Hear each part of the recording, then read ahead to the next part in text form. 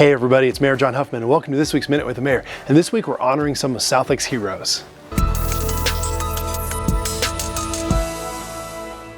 Okay, so we're here in the Southlake Public Library in front of our local Veterans Day display with Robert Briggs, who's our operations manager for special projects. Robert, thank you so much for joining us. Absolutely, Mayor. So one of the things that you've been working on is all of our festivities and all of the things that we do as a city to honor our veterans. This week is Veterans Week, so tell us a little bit about what you've been up to.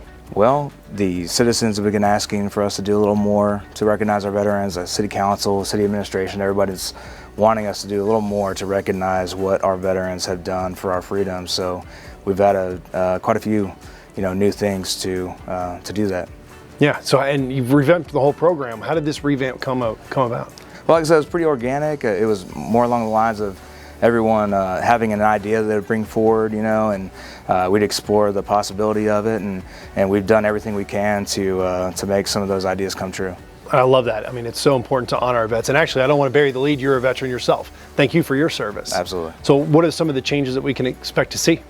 Well, we've been decorating, the family park in front of Town Hall for a few years now, and we're going to continue to do that.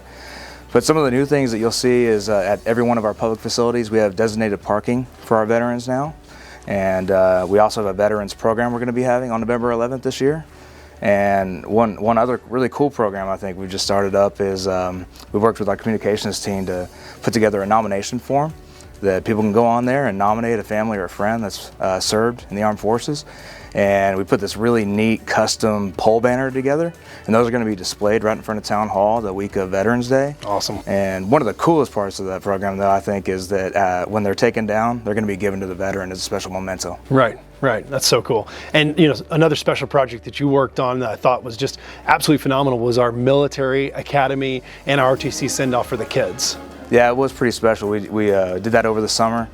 And we hope to kind of keep this momentum going, these new ideas, these new thoughts, and if we can do anything like what we did over the summer for those cadets that are going off to ROTC and the military academy, we certainly want to get our community involved and recognize those kids and those veterans moving forward. It's so cool. Yeah, there's nothing more important we can do as a community than support our veterans and certainly honor them for their service, but also support them when they come back stateside. I think that's super important as well, and we thank you for taking the lead in all that. Absolutely, my pleasure. So if you guys see veterans around this week and any week of the year, but certainly this week, please honor them. And when you see these pole banners, thank the family and the veteran who you see. And if you have one you want to honor, please submit the nomination form. We look forward to making sure that their service is honored. So Robert, thank you so much for joining me today. Appreciate all you guys. Happy Veterans Day to all who have served, and we'll see you next week on Minute with Mayor.